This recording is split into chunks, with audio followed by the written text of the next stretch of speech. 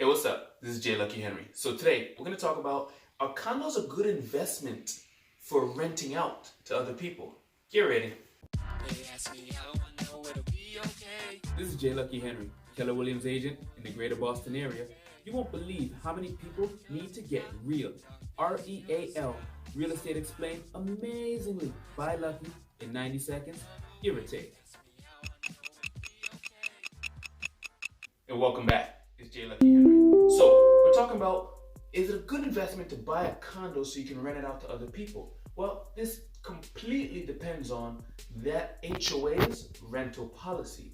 So one of the things you can do when you're putting an offer on condos, you should be doing, if you're not, talk to your agent or call me because I'll make sure you do it, is check the condo docs, right? Check the master deed, check all the important docs that come with it, and read the bylaws.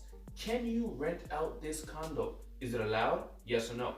And if it's allowed, is there a limit to how many people can rent it out? And if there is a limit, or if there's not a limit, is there limits on certain times? Is there a limit on the amount you can rent it out for? Are there any restrictions? Do you have restrictions? Because you gotta know those going into it if you're looking at this as an investment property. Is there a limit on how many non-owner occupants? That's another thing that could affect whether or not this is a good investment for you. But then let's say that all of those work and you're able to buy this condo with the intention of renting it out.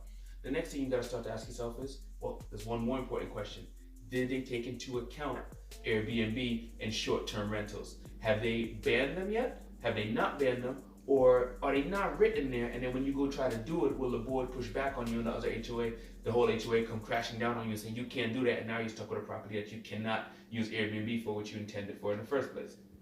But let's say all of that works out, and this is a great property for you to rent out, and it all works. The other thing you gotta look at is, how are you gonna rent it out? Because are you gonna cover just the mortgage, the HOA, the insurance? Like, are you covering all of that, or is the tenant covering that? Are you gonna make the tenant responsible for the HOA and HOA fee and the mortgage by charging them a little more rent?